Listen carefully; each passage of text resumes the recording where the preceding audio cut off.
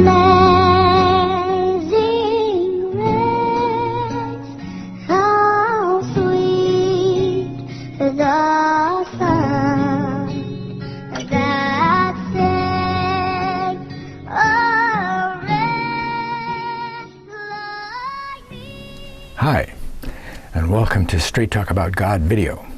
I'm Jack. Jack's history with God. Now, I got to tell you before we start that some of this stuff, it gets real personal, you know, and I'd just as soon not tell you. But it's such an integral part of the whole story, and it helps make the point. The point being that we're to live the way God wants us to live. Faithing, acting in trust of something God has said, making a vow on what God has already told you and living that way. It's hard. It can be really, really hard, but you can do it. You know, I did it, you can do it, right?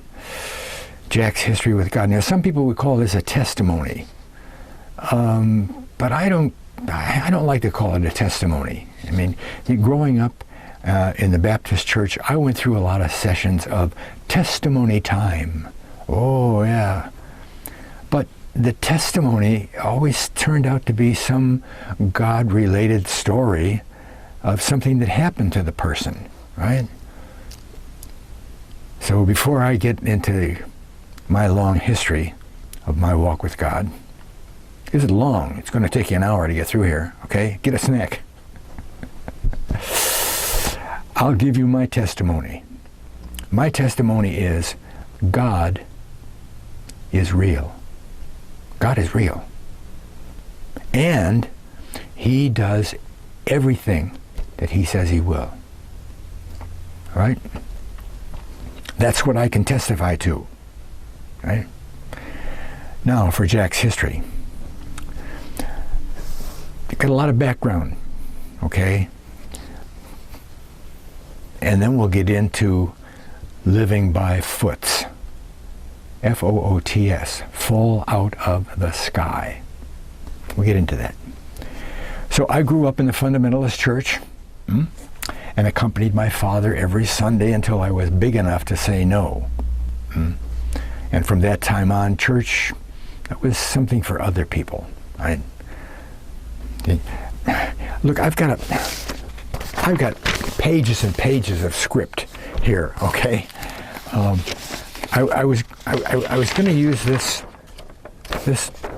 list of the different points of the paragraphs, but maybe I'll do both, and I hope you bear with me, and I don't spend too much time looking down at the script, okay? But it's also important. Anyway, I didn't like what I saw in my tradition-bound, legalistic church, right? Where we were sure that even Catholics weren't Christians. I went my merry way, okay? But before that, when I was 9 or 10, something like that, I remember a time in church when I broke down crying. I mean, I was just a kid. I broke down crying. I don't remember the details of it, but I think it had something to do with, it had something to do with God and Jesus or something, but I broke down crying. And my guess is that it was that point onward that God took an active role in protecting me and helping along, even though I didn't understand that or know it, okay?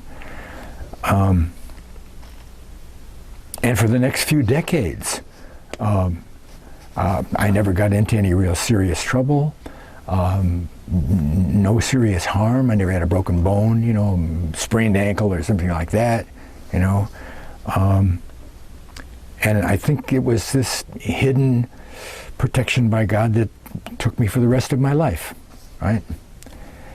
I moved around the country from Chicago, where I was born, to the Southern California desert in Indio, California. From there I went to LA for a couple of years, and then to Monterey, teaching school in all these different places, to wind up in Humboldt County. Humboldt County. That was an area that was called the Emerald Triangle. Emerald Triangle, because of all the marijuana that was grown in the area. In like 1984, no, 1975, 75, okay? So I lived in the hills of Northern California. I had a really good life, a really good life. I had a garden, an orchard, a couple of dogs, some cats, 2 vehicles, a boat, and lots of time to take care of it all. And the reason I had time to manage 40 acres and all of that stuff was because I grew marijuana for a living, you know. Thousands of dollars came rolling in every year. Now, it wasn't easy work, but the money was so good. I had it made, right? Had it made. Now, I had smoked marijuana frequently before I ever left Monterey. Even got into some trouble trying to grow some for myself, but that wasn't for sale, okay? And it was 4 years after I moved to Humboldt County that I ever started growing the weed for sale. Okay? I tried other things, you know, when I first got up there. I applied for a teaching job. I did some substituting. I did some commercial fishing, wood cutting. I worked at a couple of sawmills. Nothing was working out okay. I wasn't making it, okay? So I had read the autobiography of a yogi and some of the Don Juan material, but I had landed on what I thought to be the answer to life. It made just all kinds of sense to me. It was the Seth material, Seth books. A woman named Jane Roberts would go into a trance and speak verbatim volumes of material on the workings of life and the universe in general and so forth. And her husband would take down everything she said, and without any editing, verbatim, would come out with a book from the beginning to the end. Whew. Okay? Now, today we'd say that material was channeled. Okay? Jane Roberts' voice and mannerisms would change, and this entity, called itself Seth, would speak to us and say that we make our own reality. You make your own reality. Well, if I make my own reality and I don't like what's going on, I can change that then. I'd like to do that. I'd be able to do that, okay? So where I lived, TV reception was less than poor, and I couldn't even get any PBS, right? So, money being no problem, I bought one of those big dishes, you know? And I was ready for all the sports and specials and movies and all the other stuff, besides PBS. So I grew dope for 8 years. And I feel extremely fortunate that I didn't get caught, because the sheriff was around, you know, making busts on all the different grows and things. And even when I started to sell cocaine to get it free for myself, I knew that God was behind that, you know, behind me and keeping me from going overboard, right? And then I bought my dish. Well, in a matter of days after the dish was installed, I was flipping by channels and so forth. You know, there were 500 of them, whatever it was. And I came across a talking, white-haired head.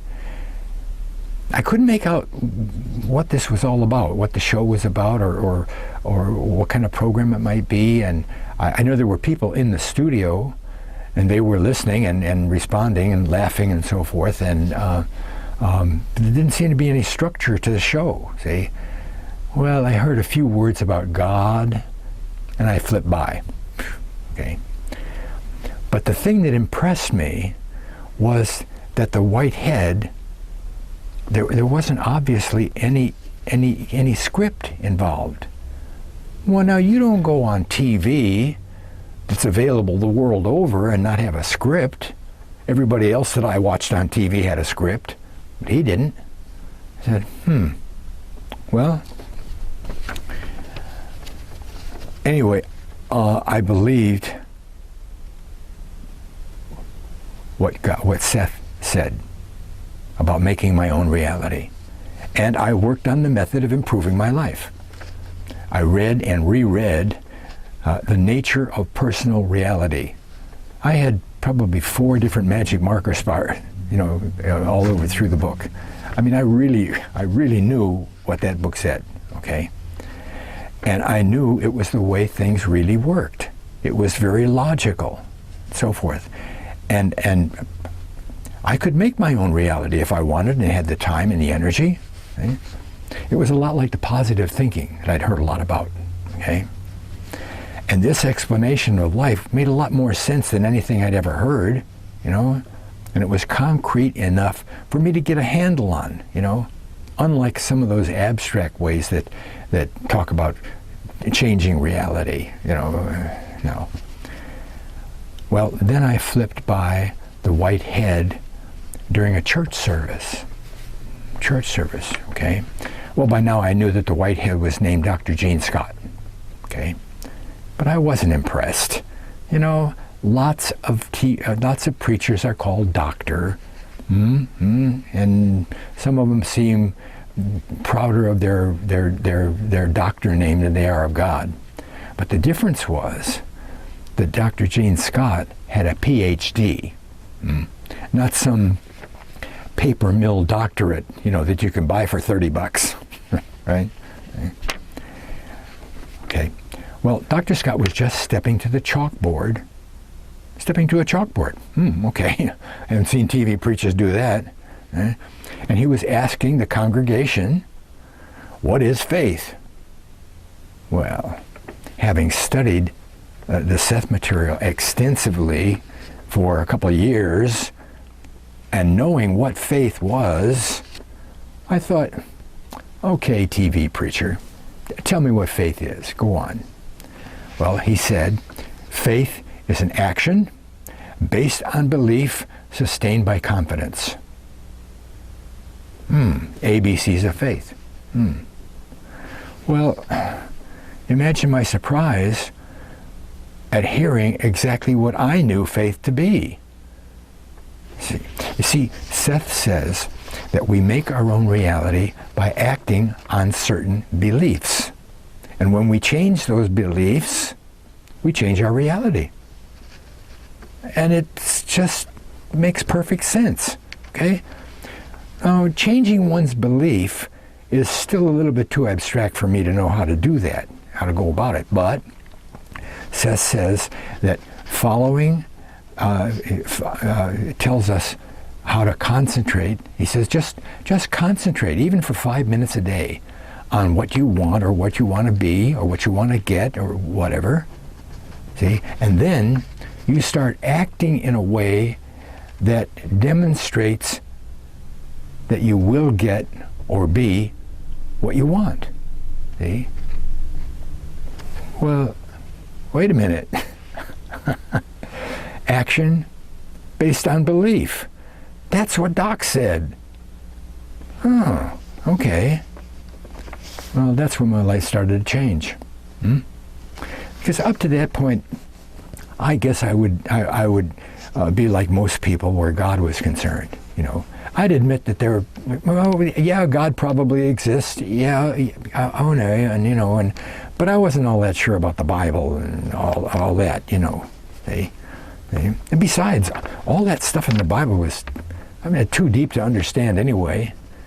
And I couldn't figure it out alone. And I sure didn't want any Christian that I'd ever met to try and tell me what it meant, because all they ever wanted to do was tell me all the stuff I did wrong. like it was an opening to find out and talk about sin.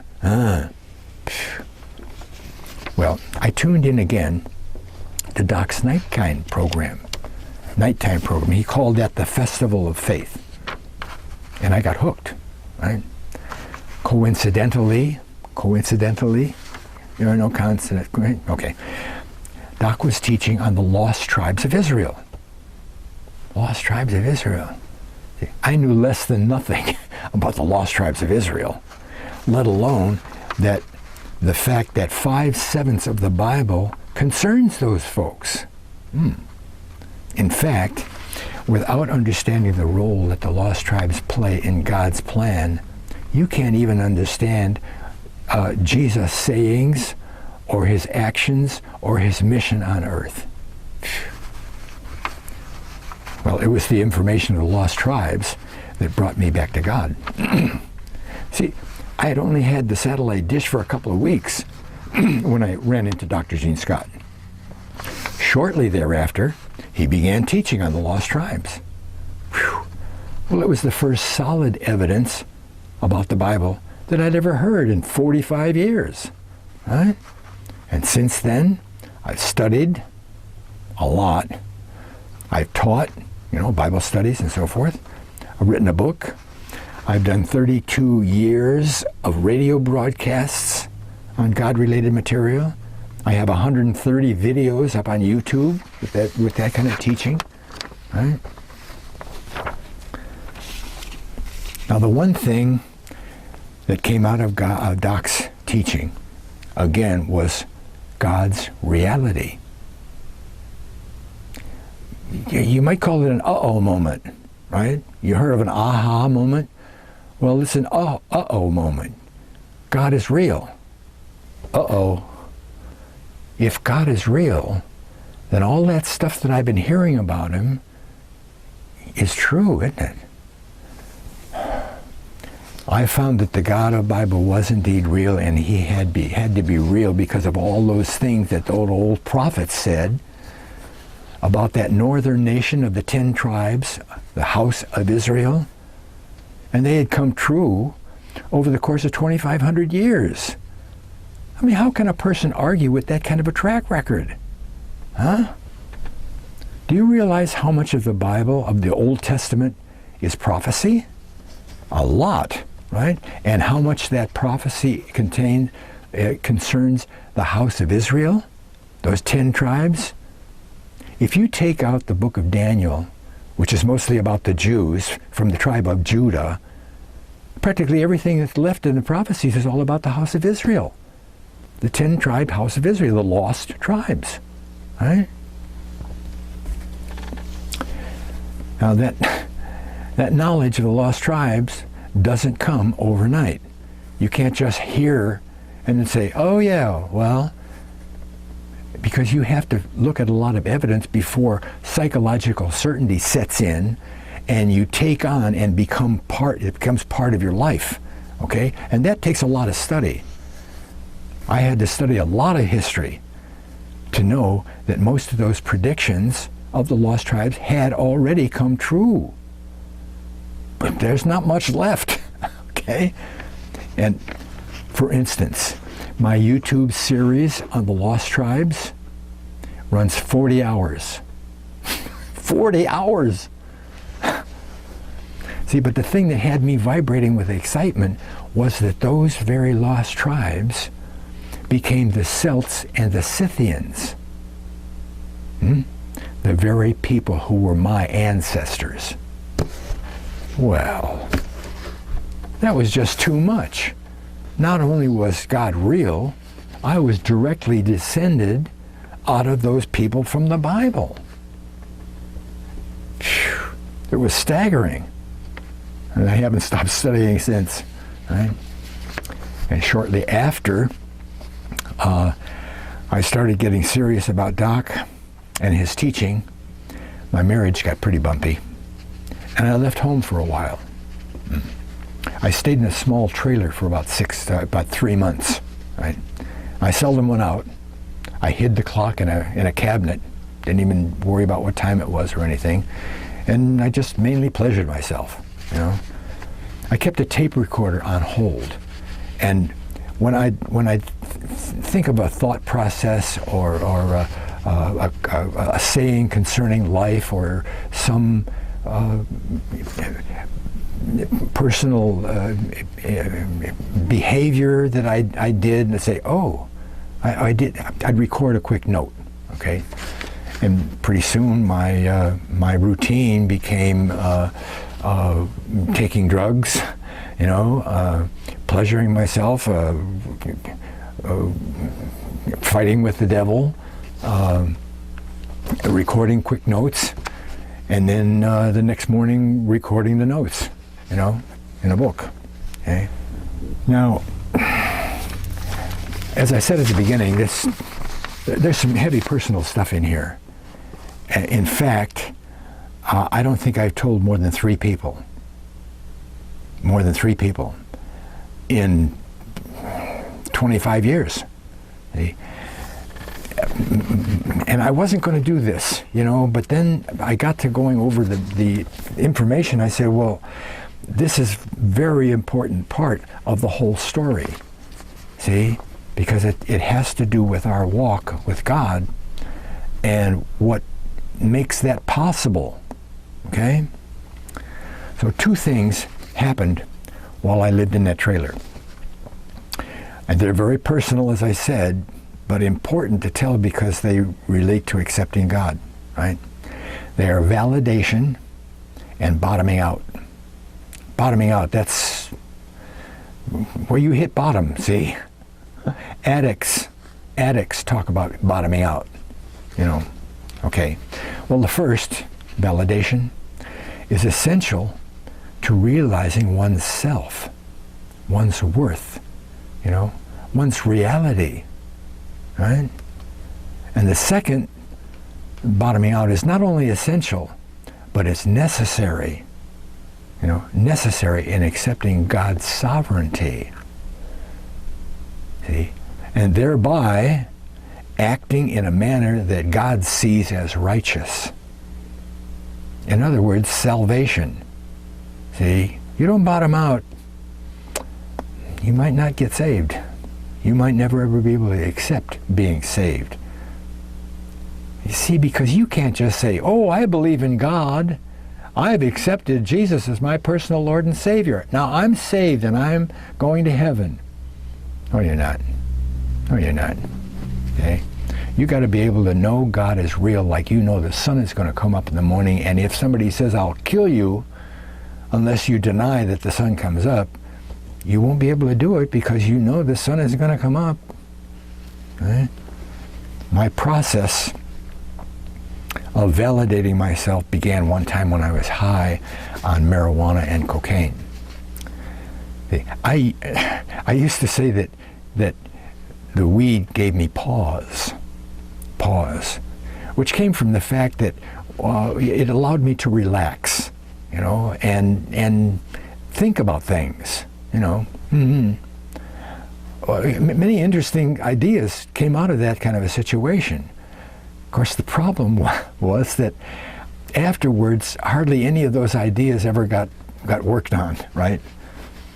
But that's where the cocaine came in. I used to say, well, dope gives you the pause, and the coke gives you the energy to do something about it, right? Okay. Now, at this time, I had already decided that just saying a person's name was validating. Validating, okay? Validating. And that first step to my validation was me just saying my name out loud. Hi, saying my name out loud. Now this wasn't set to me like, you are Jack, which would be validating. And it wasn't said to the world in general, like, I am Jack, which is validating. It was just said as a fact of existence, Jack. Okay? And some of this involved touching myself, like putting my hand on my heart or something like that. Okay? But one very interesting thing This is coming to the personal stuff, okay? One interesting thing came out of the touching. At one point, I raised my right hand and put it on my left cheek. Immediately, I felt a warming, comfort feeling. Like someone was comforting me. Now, I know you probably have had that happen, or you've seen it happen, and you understand that it's the person, it's a thing of affection. You're a good person. I like you. Okay? After exploring that concept quite a bit, I wanted to see what happened if I touched my face with my left hand. See, left hand. Well, it was different, but surprising. See, when I touched my left cheek with my left hand, it felt like something that was very neutral. It had no personhood involved in it. Okay, it was more like a computer hard drive. See, it was a place that I could go and find all the information I would ever need. See, something like a conscience, but without any judgmental involvement. Okay. I switched hands several times, okay, and every time the reaction was exactly the same, either comfort or knowledge, complete knowledge. Okay, back to validation. The first time of just saying my name, that came before I moved into the trailer. Okay, when I was high and stuff, but I hadn't moved into the trailer just yet. And I don't know when this started, but the validation process evolved into me looking at myself in a mirror. And I did a little bit of that before I moved into the trailer, but when I moved into the trailer, I did a lot of mirror work. Right? One time it was even done naked.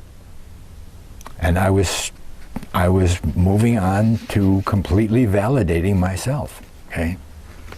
Well, one night, I had the full-length mirror from the bathroom door in the trailer out in the front room, and I was sitting on the bench seat on the other side of the room, okay? And I don't remember all the details about it, but eventually, I got up, and I stepped over to the mirror, and I looked myself in the eye, and I said, "I love you, Jack." And I kissed my mirror image. What do you think about that?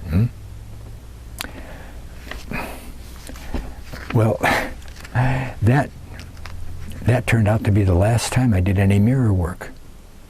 I had completed the process of validating myself. I was a real person. I was a worthwhile creation of God.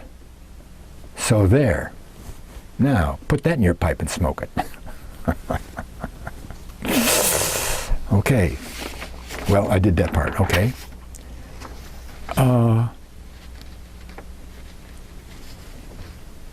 Okay, so now I was a real person, but that real person had to be broken. I didn't know it at the time. I didn't plan that. This is all after the fact that I found this out, okay? I had to be broken. I had to bottom out. So one night in the trailer, I was reading Mere Christianity by C.S. Lewis. And he was explaining a method for recognizing some of our destructive behavior, right? And this happened to be about pride. Okay? But he said, if someone behaved in a manner that we didn't like, made us mad, that our anger was telling us that we did the exact same thing. Well, now there's a really simple and effective way to find out how we act, isn't it? Huh? If we don't like it, it's because it's something we do. And we don't have to go through a long list of all our behaviors, looking for faults, Because then we just come up with a bunch of rationalization. Oh, well, that's okay because you do that because, rationalization. Okay? All we have to do is think of someone that we'd rather not be around, because of the way they act. Wow, simple. And since then, I've wondered why the response to the other person's behavior or action was anger, even on a real low level, anger. And I concluded that it probably had something to do with competition. See, I was bothered by the person's prideful language, how good or how better they were, okay? And having to listen to their pride meant that I couldn't espouse my own pride or accomplishments. Huh? Pride takes a lot of different forms, okay? And while I might not have been prideful in the same exact way, my recognition of his pride meant that I had a problem with pride too. And this recognition allowed me to evaluate my own prideful actions. There's more than a couple, all right? Of course, initially, when I read that, I didn't see how I was acting, right? Until I thought of someone that bothered me, the way they acted. That's what broke me. That's what broke me. I couldn't deny that, see? Immediately, I knew I had to accept, all capital letters, I had to accept that I acted that way too. And understanding how destructive pride can be, it broke me. I reread the sentence, I fell on my knees, and I sobbed. Completely broken. Okay? I was just as much of a jerk as he was, right? I was humiliated by the recognition, the realization of my own pride.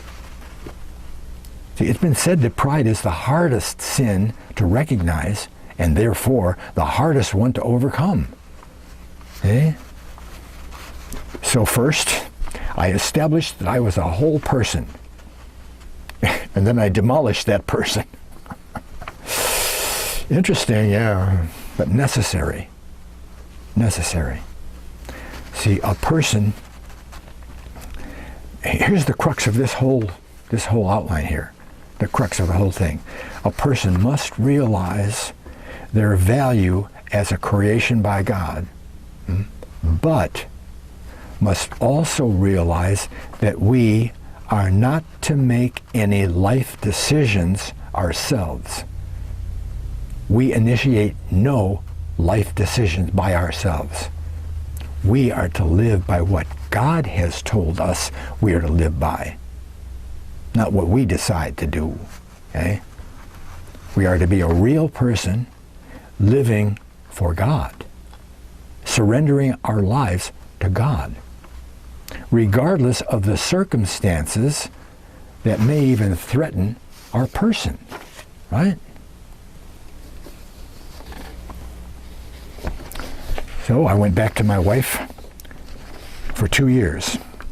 And during those years, I watched Doc, I supported his ministry, and I prayed that God would help me stop growing marijuana. Little did I know that my whole lifestyle was about to change. My marriage failed. I lost the animals, the land, vehicle, my way of life. I had no job. I had no job. No income. Well, now I live in town instead of up in the hills in a beautiful 40-acre wonderful place in town on the busiest corner where all the big trucks go by to the local supermarket and all the school buses pass 30 feet from my bedroom window. I seldom oversleep. Well, here I was loose, right, with only $13,000. That sounds like a lot of money, but it's not. $13,000, which I came away with from the divorce. She got the land and the house and all that stuff, and I got the money from the crop. Okay. So I thought that maybe I'd buy a small piece of property out beyond town, you know, a couple of acres or whatever, and I'd go into the business of building small cabins, you know, wood-lined cabins for people. You know, I could do that. I'd built one already, and it was easy, and I knew how to do it and everything. So I looked at the land beyond town, but I couldn't find anything. Nothing would suit, you know. So I tried places in town. And again, nothing really fit until I was shown an old family print shop. It hadn't been used for years. There was no print equipment or anything left in it. Okay? But the family of the original owners, one of the family was living in the one-bedroom apartment in the back of the building. There was the big print shop room, the one-bedroom apartment in the back, and a small office, like a 12 by 10 office in the front for the print shop that had a bathroom involved in it too. Well, the building was in deplorable shape, okay? The bathroom in the front office didn't have a floor. There was just a loose piece of 3 by 4 plywood placed on the girders on the floor. Didn't have a floor, and half of the floor of the office itself was all rotted out with dry rot, you know, from moisture and stuff. Well, the down payment, I figured I'd put $10,000 down and spend $600 a month on the payments, you know. But wow, with all of that dry rot and stuff, I said, well, I'll put $8,000 down, and you take $2,000 off of the down payment, and let me put it in the payments at the end, and let me do that $2,000 to replace the floor and do other things to get the building up to habitation. Okay. Well, the broker said, "Oh, they'll never go for that," but they did. They did. See, they were a God-oriented family already. Well, I've got 4 short God stories that relate to the house. Okay. They didn't all happen at the same time, but the first one was related to the building, and I call that God's house. I've always called it God's house. See, I was in the big print shop room making a little sign for the Bible study office. That I'd held a few Bible studies already there. That was finished, but I wanted to make a little sign and put it up in the window. And it just says Bible, and it has a couple of small bulbs in there that lights up. Okay. Well, I was finishing that up and working on it, and one of the people who had come to study with me a couple of times, that I knew anyway, he walked in the front door. Boom, out of the blue. He fell out of the sky. Remember I said foots? Foots. He fell out of the sky. Walked in, he said, "Oh, I brought you some dinner."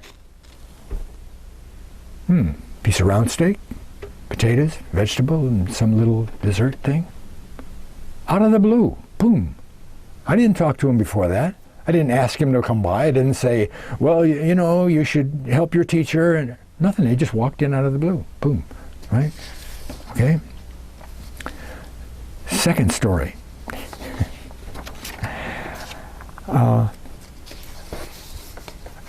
I was going to try and rent out the big room. Okay, I mean, there's a lot of different kinds of businesses could do that. Local chiropractor was going to ask me about it. And anyway, for the first 2 years, after the building was back in some kind of shape, 2 different businesses rented the big room. Baseball cards was one of them, and the other one was female bathing clothes, bikinis and stuff like that. Both of them, after a year of being there, they decided that that wasn't good enough for them, and they moved out. So I didn't advertise in the paper or anything like that. I had a for rent sign. I put it in the window. I don't remember how long it was there before this happened, but somebody from the local chapter of Alcoholics Anonymous contacted me, called me on the phone or stopped by or whatever it was, and asked about renting it. I said, okay, and it turns out that, let me see, I don't want to miss anything here. The building economy much better school. Wait a minute. Oh, there's the story up here. Okay. You see, I had thought about calling a good friend of mine who was in real estate. Okay, and I wanted to ask him how much I should rent the room out for, but I didn't want to call him and say, "Oh, Bruce, will you please come over and make a special trip and see the?" Yes, I didn't. Okay, so I'm working on my sign in the building. Okay, working on the sign.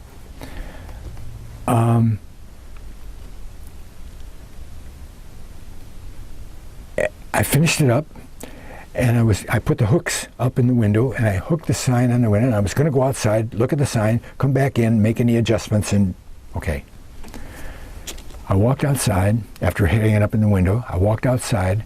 I was looking up at it, and Bruce drove by, going someplace else. He saw me standing out in front of the building, and he stopped to say hello. And he came over and he said, "Hi." He said, "Oh, is this your building?" I said, "Yeah." "Oh, can I have a look?" So he looked it over and he told me what, he said, "Well, you could get this much for that," and, and everything. I didn't call him. Okay? Now, you got to notice the timing here. Not only was it out of the blue, there was only about a 20-second window in there. If I had gone outside 30 seconds earlier to look at the sign and come back in, I would have missed him. If I'd have gone out 30 seconds later, he'd have been already gone by. Eh? That's God. Eh? That's God. The third thing was with the businesses. Okay? Well, all of a sudden there's this contact from the Alcoholics Anonymous. Okay. Well, let me see here. Yeah. So I rented the room to the AA for $25 less than what Bruce suggested. He said, "Well, you could get this much or maybe even more for it." I said, "Well, give people a break." They still meet there, some 15 meetings a week now, for the last 29 years. How much better tenant could you have than somebody who was already trying to do the right thing with their life and would take better care of the room that they came to meet with? See? They've improved the room, put carpet down, stuff, improve it, even installed a couple of years ago a new heater that they can't take with them when they go.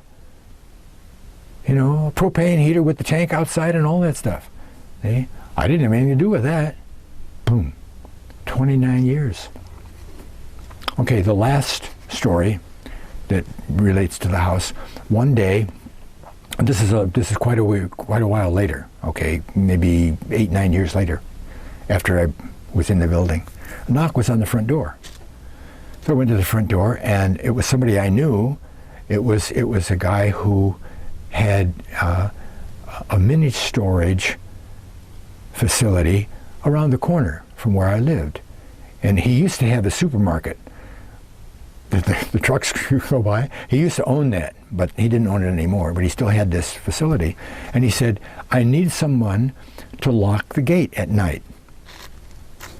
I immediately, because I knew about this stuff already, when I'll get into that in detail in a couple of minutes, I immediately said, yes, I'll do that. Okay? Let me see if I'm going to get the whole thing in here. Yes. So the job paid 2 cords of wood. I heated with wood at the time. I had a wood stove heater. Okay, 2 cords of wood, or $600. $600, $50 a month. Okay, so for the first 2 years, I took the cords of wood, but then I said, well, I'll buy the wood myself, and I'll just get the $600. Okay. I didn't know until Thanksgiving. I started in July. I didn't know until Thanksgiving that the job also included a big turkey at Thanksgiving, and a ham at Christmas, and a prime rib roast, at least 4 big ribs, every New Year's. Free food. Wow. See? Just a few years ago, 2 or 3 years ago, he came around and said, I think you need more money for this. You should get more money for this. So I'm raising it to $100 a month. Twice as much. $100 a month. I was okay with $600 a year. Now I get $1,200. And that allowed me to rent one of the small units that I really needed for all year, and still have $60 left over from my original pay. So now I get $60 more than I was getting, but I still have the rental, and it's paid completely for a whole year, every year. I've been locking the gate for 21 years. Takes me 5 minutes. 5 minutes. I walk, I lock the gate, I walk back home, and I'm back in 5 minutes. For 21 years. Fell out of the sky. Foots. What's next? You see, I know that acting in faith, faithing, you got to put the ing on it, because faith in Greek and all the Hebrew words that are translated faith and trust are verbs. Faith isn't some noun. It's not some belief. Faith is an action that contains belief. Remember what Doc said, action based on belief. Okay? The belief in God. Right? And I know that that's the single thing, because that's what saves us. The single things that Christians are supposed to be about. But I also know it's the hardest thing to accomplish. See? It's very simple, but it's the hardest thing to accomplish, because it takes great amounts of courage to step out against the unknown. See? Faith is not something that we do that we know everything about. You start some action in faith, there's got to be some unknown quality in there. Otherwise, you wouldn't have to ask for God's help. See, it's all those times when it said, oh, well, yeah, I know I'm supposed to do that, but what if, fill in the blank. Finances, popularity, how will I live? All that stuff. Well, but what if? That fear. You have to overcome that by saying, God is real. He said he'll help me. He said, I'll provide. His name is Jehovah Shalom, peace. All that stuff, okay? And all of that courage doesn't come from an instant belief or saying that you've accepted Jesus as you know, it comes from a psychological certainty. As I said, like the sun is going to come up, you have to believe that, all right? And psychological certainty doesn't come unless you have examined a lot of evidence, right? Evidence. You've got evidence that you can't deny that God is real. But hard historical, archaeological evidence, plus a simple understanding of human nature, can supply that psychological certainty. It's not something that we can't do, right?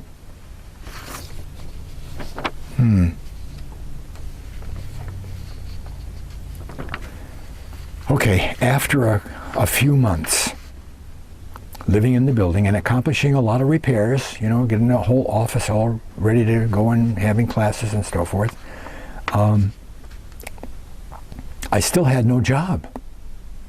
When I first moved into town, I applied for teaching jobs. That's what I was trained as. That's my college degree, teaching. There are no teaching jobs open, and they don't come open very often in rural areas. I did a little bit of subbing here and there. I worked at the sawmill, a couple of different sawmills. I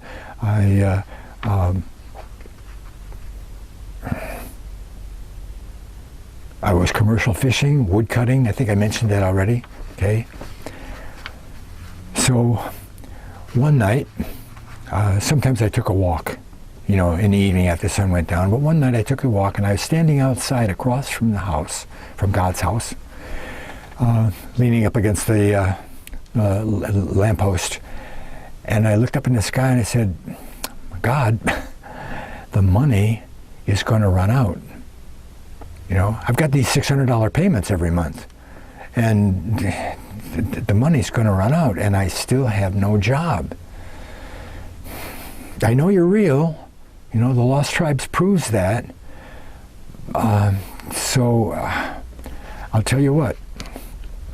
Whatever you send me, I'll say yes. I'll never say no, no matter what it is. Whatever you send, I'll say yes. And I'll do the best I can with it. Okay. Well, that was the American dream's beginning. See? Well, you know the American dream, learn something, work hard, be honest, own your own place, and retire. American dream. Eh? Well, now, because of my vow, my antenna was way up. I'm waiting for God to bring me something, So one day, I don't know how long it was after that, but one day I was walking, I was not walking, but I was in the post office after I got my mail, and I was at the counter with my back to the clerk's window. Right? And I'm doing whatever I was doing, addressing something, and I heard the word job. Job? I said, oh, what job is that?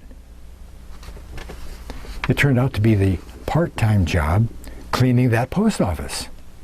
Oh, well, that was pretty good.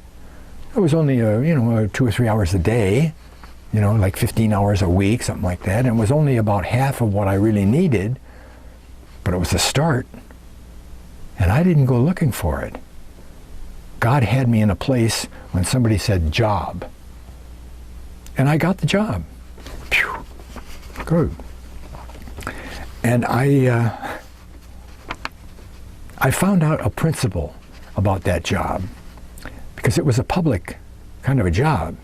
The more work you do, the more work there is to do. See, I'd be cleaning the post office, sweeping the floor, doing whatever, and people would come by and say, oh, do you do other kind of cleaning too? Out of the blue. Out of the blue. Okay? Long story short, after over 10 years, I had 15 cleaning contracts all around town, employing 8 people. Now I gotta tell you about the caveat for that, because these weren't full-time jobs, okay? But nobody up here in the woods wants a full-time job. They, just a few hours a week, just a little bit of extra money, right? So these 15 contracts, only one of them was a full-time job, but that was being handled by 2 different people. See? The main point is that I never went looking for any of those jobs. You ask any person who's an expert in employers and things like that, and they'll tell you that you should, that kind of a job, you solicit new work, don't you? Right, you go around to all the businesses in the area and you say, I'm a janitor, I have these cleaning jobs, I'll give you an estimate for free. Do you want me to clean your place? And I never did any of that. I never had to. It always came to me. Somebody would either ask me or somebody who already worked with me that was doing some other job, oh hey, I need, and I'd go and give an estimate and boom.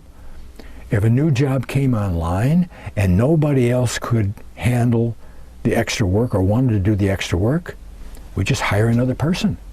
And pretty soon there were 8 of us working, right? And I never looked for another worker either, because word of mouth from the people that already worked supplied all the extra things that we needed. Eh? I never advertised for any of that for 15 years. 15 contracts. Yeah, it was about 15 years, something like that. Everything by foots. I never said no. No matter what it was. Never said no. Okay?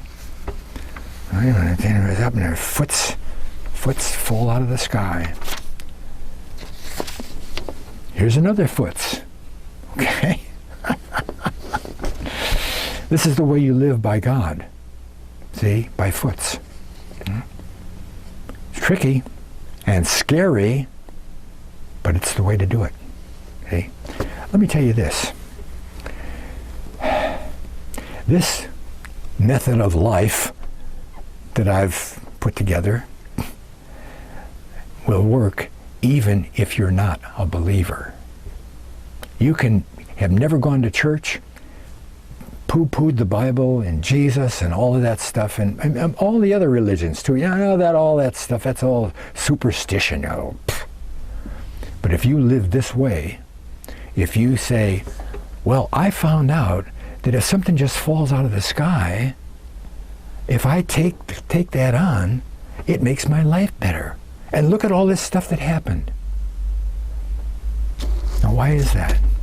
Because that's the way God intended the whole world to work. God created the world to work on faith.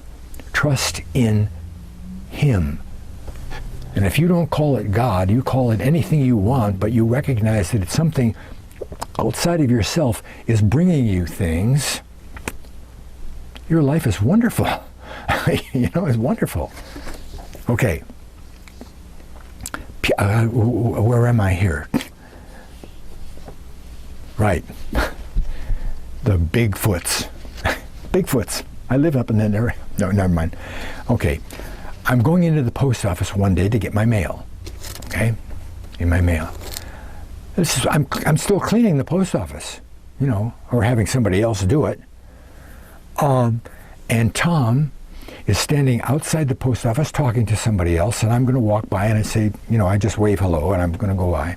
Now, I know Tom, see, because he has he drives the rural mail route out of the Garberville post office, which stops at the Redway post office, mine, and picks up mail there and then goes out and delivers it out into the woods to the people on the road. Okay, I know him. We've had a lot of conversations. I'm cleaning the post office and he's in there casing his mail and we talk back and forth. Okay, I'm walking by. Hi, Tom. You want my job? You want my job? You want to lock the gate for me? You want my job? Well, by this time, I've said yes all the time. You know, yes. Yeah, I want your job. You know, I'll take it on. It's driving the mail 6 days a week, and I haven't got any idea how I'm going to manage that and do all my, you know, yes, I want your job. Okay? Long story short, after 17 years of driving the mail, I have 3 cars. 3. I have 5 other drivers that are driving, you know, 2 or 3 days a week here and there, helping with the mail routes. And during those years, circumstances relieved me of all the cleaning contracts. They quit or whatever, went out of business and whatever. Just, I don't have any more. Okay? So I've got these just this mail route. One day, I'm in the mail, a couple of years or so after I got the mail route, I'm in the post office and I'm casing my mail, ready to go out on the route. The postmaster comes over. He said, so-and-so just quit, and they need an emergency driver until the route goes up for bid. Do you want to do that? I said, yes. Yes. I didn't ask for that. I didn't know what was going on. You want that? Yes. Now I've got 2 mail routes. So I have to hire other people, right, to do the mail routes. Okay. 3 cars, cleaning contracts, right? And I was making it fine with just the mail routes. See? Because I'm only working a couple days a week, you know, but I'm making it just fine.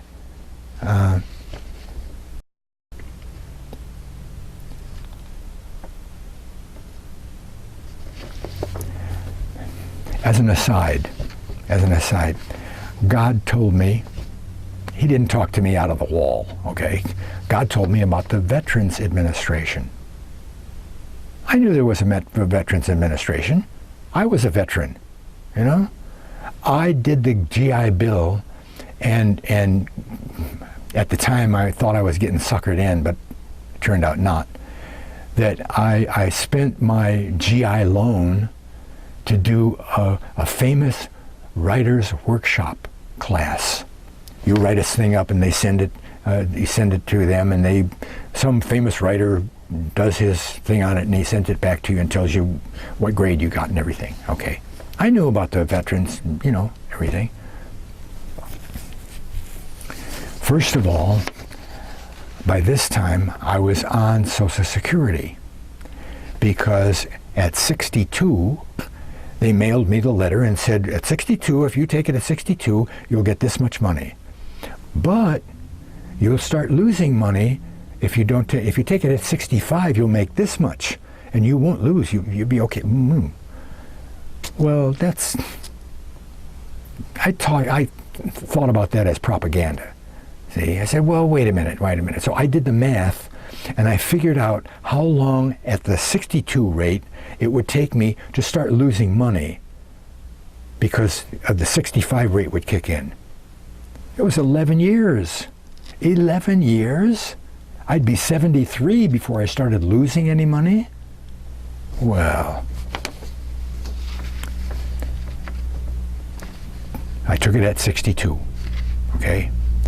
But now, that extra money, besides my salary at driving the mail, that extra money would pay off my mortgage early. See, I didn't need it for bills or anything. I'd get that money, boom, paid it off early. You know, great. Okay? And as far as losing money, I'm still getting Social Security. I make $400 more than I was making then. Maybe if I did the whole math for the last 20 years or so, I'd see that maybe I'd have $400 a month more. Phew. But that's when God brought me to VA, okay? Because with Social Security, you get Medicare. They take out $50 a month and you get Medicare. So I said, okay, I'll do that. Take me at $50. You know, I'm getting older. I might need something or other.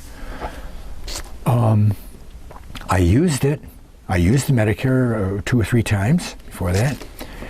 And then one day, out on the back dock at the post office, we were loading up the mail cars and so forth, and Dave, the driver of a different route, had nothing to do with me.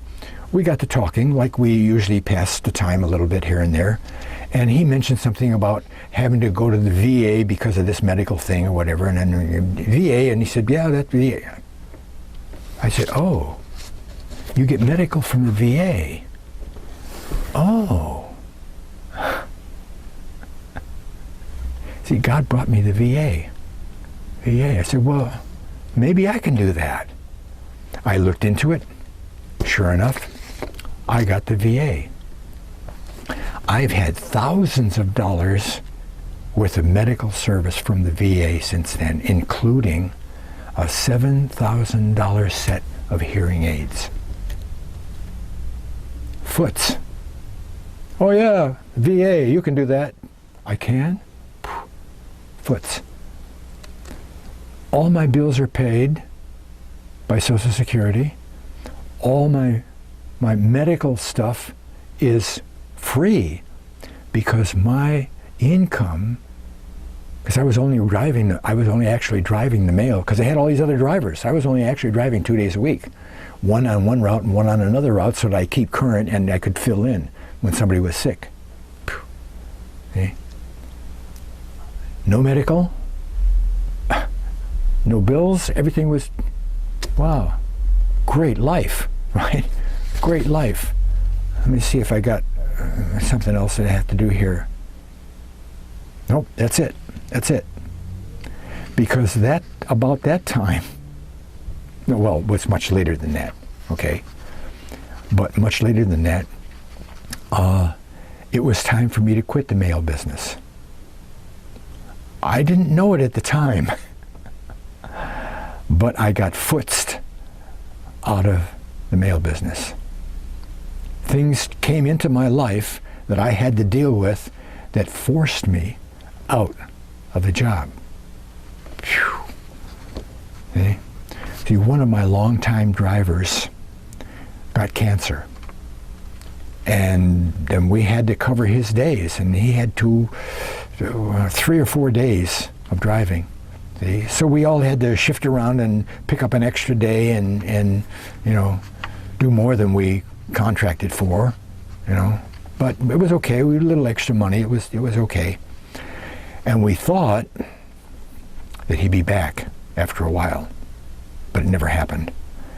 But it became apparent it wasn't going to happen, so I said, well, I better start looking for another driver, hire another driver. And I did get interest from a couple of people, but they never followed through. And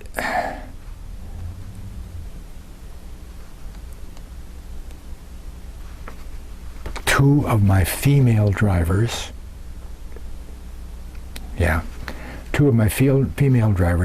got into a big heart argument inside the post office one morning, yelling and cussing. The people up at the front counter, the customers, were hearing it and mentioned it. I got called in by the postmaster, and the postmaster wrote me up, bad mark on my record. I'm responsible for those drivers. So I got the two of them, we talked it over, things kind of got smoothed out, and we went on. But with Terry not coming back because of cancer, and me having a problem finding another driver easily, I said, well, it looks like I'm being forced out of a job here. Eh?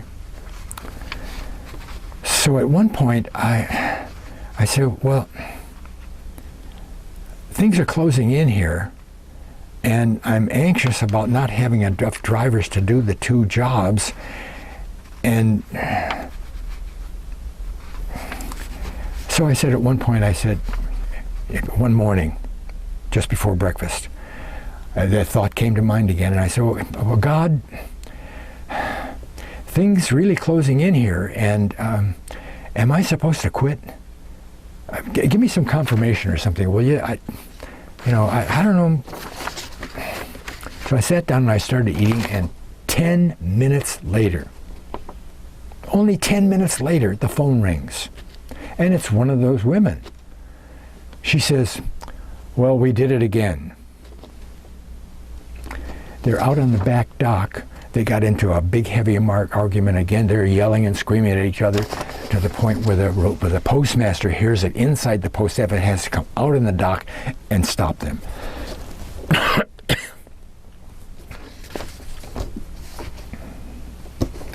What do?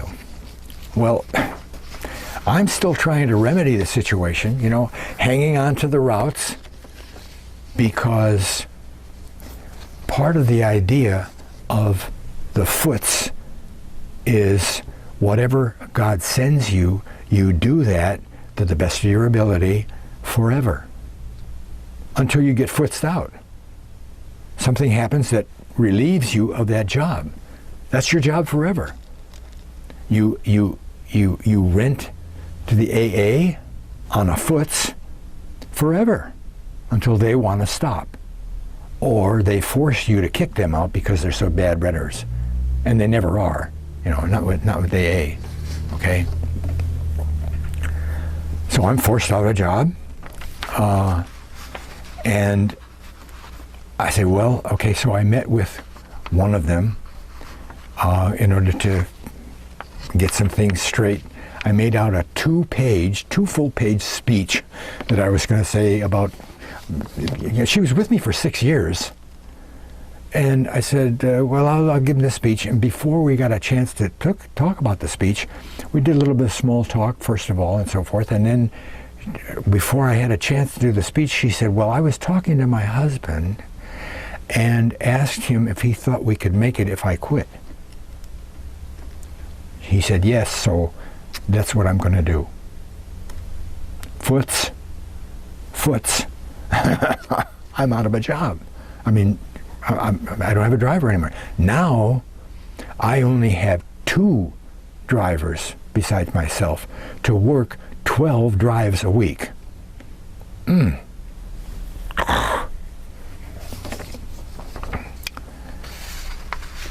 But I was going to have to drive 6 days a week while I train 2 new drivers. And my training always lasted 3 months. Because the driver would only drive with me. So they would only drive with me 2 days a week or 3 days a week.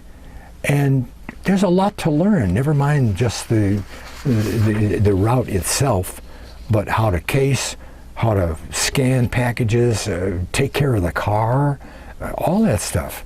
You can't do that in 2 or 3 days, okay? And here I was going to have to be driving 6 days a week or 5 days a week and train 2 drivers at the same time. That was impossible. Impossible, right? So I was being forced by foots out of a job. I said, well, okay, God, there's the confirmation I needed, and I gave 2 weeks' notice.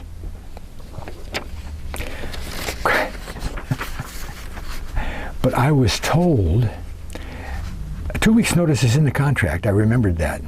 But I was told that the 2 weeks notice contract in the contract was only for a medical release.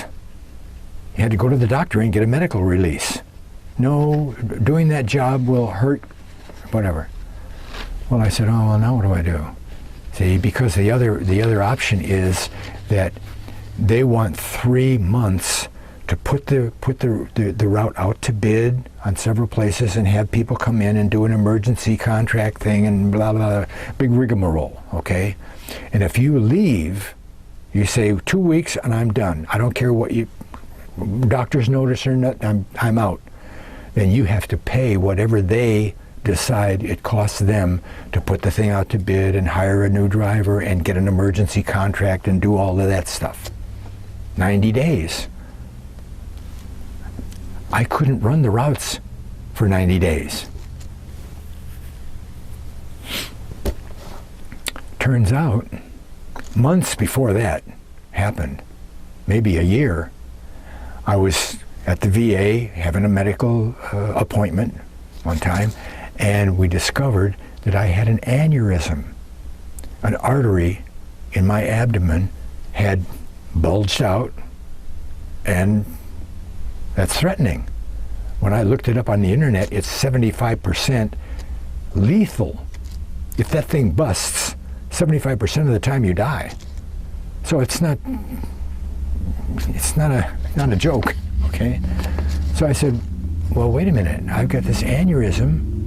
I went to my doctor. I said, I've got this aneurysm.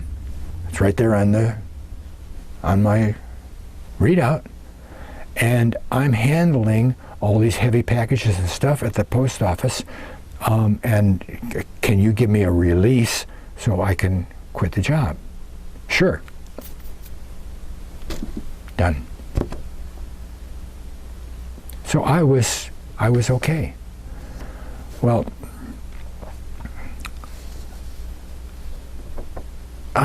wait a minute. Breakfast still to make 2 weeks' notice. I had given my notice, as I said, on Valentine's Day,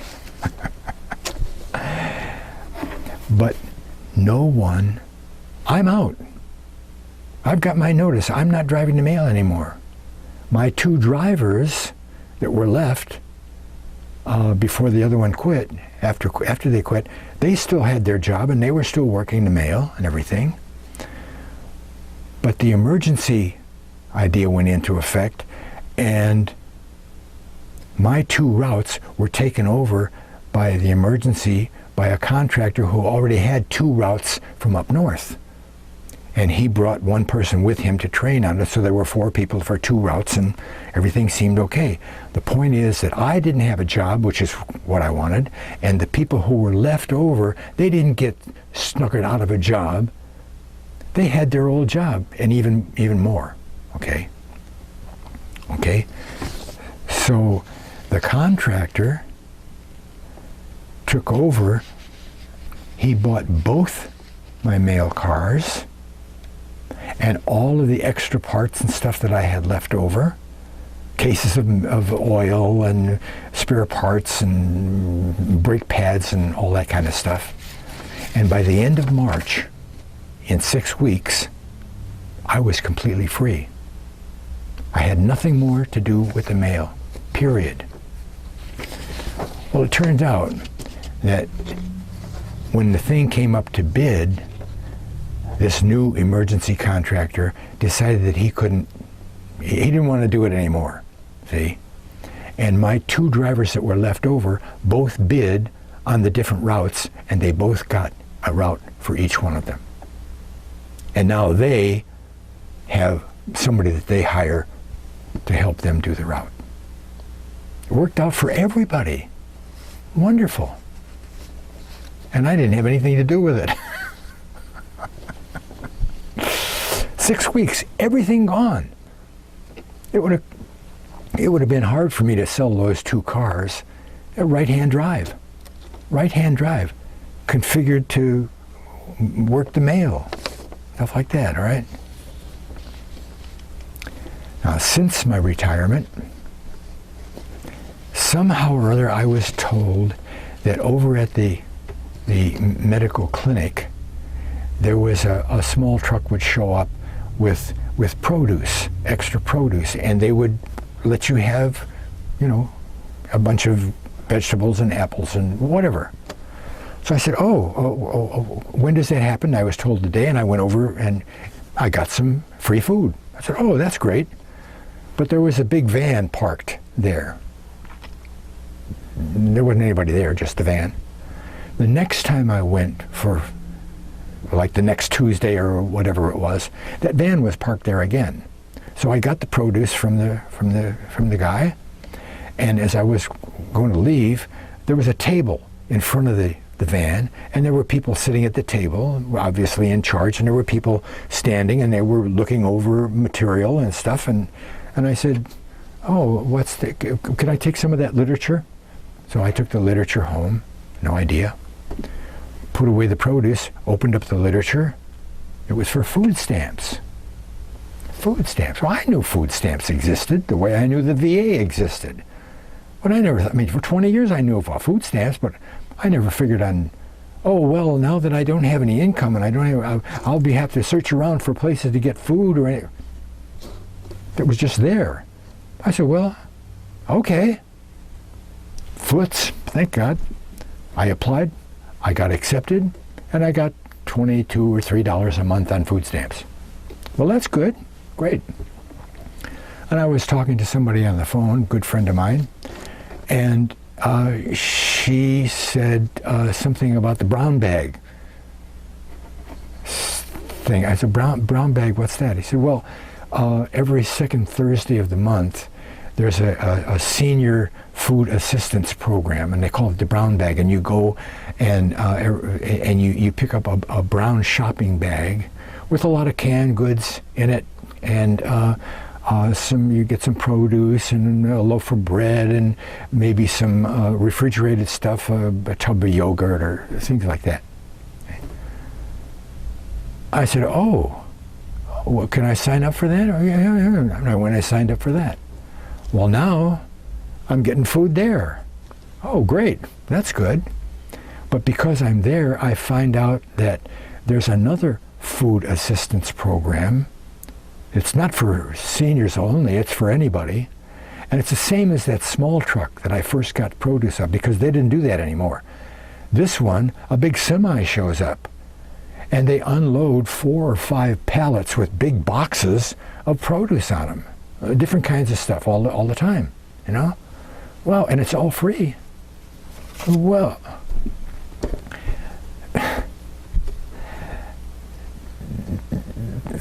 they have, I forgot to tell you about some of the brown bag thing. Along with the brown bag, sometimes we get a pound of ground meat. Oh, okay. One time we got a big bag, like 4 or 5 pounds of frozen catfish. Wow. And 2 times, several years ago, it hasn't happened recently, we got a leg of lamb. A leg of lamb. Phew. Wow. Okay, now back to the semi full of pallets of stuff. One time, I got a flat. You know, they put peaches and stuff in these flats. It's that size box, full of strawberries. Now, they're not rotten strawberries. They might be old, but none of them are rotten. Well, I went home and vacuum packed a whole bunch of them and put them in the freezer. I had strawberries all winter long, you know. Another time, there was a big flat of shiitake mushrooms. They're $12 a pound. Shiitake mushrooms, right? And foots, I had no idea about all that. There it was. 6 months ago, I was talking to another friend who does the brown bag on the phone, and we were talking about nothing special, and she happened to mention, she said, well, I'm waiting for the food to be delivered. It was Wednesday, and I'm waiting for my food to be delivered. I said, oh, what was that? She said, well, every Wednesday they bring me a small bag of produce and thing. I said, oh, well, that's really nice. How do you do that? How do you get that? She said, well, you just sign up for it. I didn't know anything about that. I signed up, and every Wednesday I get a small bag of produce. There's a clove of garlic in there, a bulb of garlic. This last time I got a couple of ears of corn, some tomatoes, a zucchini or 2, just a small bag. I have 4 different sources of free food that I never went looking for. It all fell out of the sky. Plus, I've been doing a garden, for 20 years. And every year it seems to get bigger. So I grow a lot of my own food also. And I do a lot of canning and everything. I hardly spend any money at the store, except for meat. And I went looking for none of the above. Brought everything to me. Foots. And if you want to try living by foots, it works. Boy, it works. You got to live the way God tells you to live, but it works, right? You want to talk about peace of mind? You don't have to worry about anything that you decide on doing, okay? Because you don't decide on doing anything. You do everything God decides for you, right? I've lived the American dream. Now, before retirement, before I lost all my income except for Social Security, I was able to save enough for 17 years. That puts me into my 90s. But I'm still getting Social Security, and I haven't spent one full year's retirement money in the last 6. In the last 6. I've still got at least 16 years, which puts me, what, at 100? And it's all because of God. I've only lived taking what He's put before me. Yeah. I worked hard at what God had already given me. I was honest. I ran my business the best I could, make up for any mistakes that came along the way and everything. And like Foots, I've lived by DWIFOY. DWIFOY. I've already mentioned that. DWIFOY. Do what's in front of you. You see, if you're any kind of a believer, God has already supplied you with a whole bunch of stuff for you to take care of. For you to take care of. If you own a house, God gave you that house, and it's up to you to take good care of it. Stewardship. Do what's in front of you to the best of your ability. Until God foots another thing to you. Okay? And when a foots happens, you see, you never decide. As I said earlier, you aren't to decide any life decisions. You don't take any life decisions. You don't initiate any life decisions. None of it. See? It's all up to God bringing you stuff. The only decision you have to make is whether the foots that shows up is going to end in a good place or a bad place. Now, what's the bad place? You're going to know right away. If you stop and you say, uh-oh, that fell out of the sky. I got to pay attention to that. What does that mean for my life? Right away, you're going to know if there's something weird about it. If you have to snip a little bit off the top or take advantage of somebody or something to make this work. You're going to know that. See, it's going to hit you in the brain. You better pay attention to it, okay? But if that happens, you say, nope, I'm not going to do that. Oh. If it does end up in a good place, you stop what you're doing, your DWIFOY, and you go and do the next thing, the foots. And if that foots finishes, if it's a small thing and you do it and it's done, what do you do then? You go back to your DWIFOY, back to what you were doing, and you wait again for something to fall out of the sky. That's it. The only thing you have to decide is what to have for dinner. Huh? Right? Peace of mind. It relieves you of all that stress, right? All the stress that I would have had to go through by rejecting and running around town trying to get contracts for cleaning and all, I never had to stress any of that. I said, oh, we need a new driver. Hey, all you guys, we need another driver because blah, blah, blah, and eventually it would show up. All right?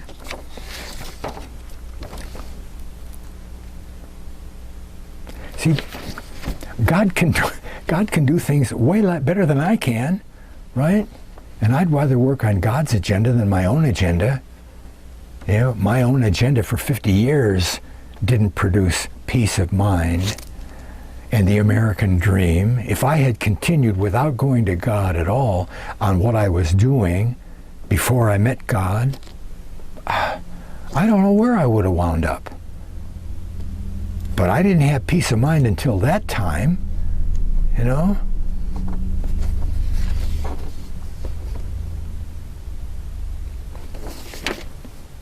I hope this helped you to understand about living for God by what He says. Okay? And it's not up to you to decide what He said.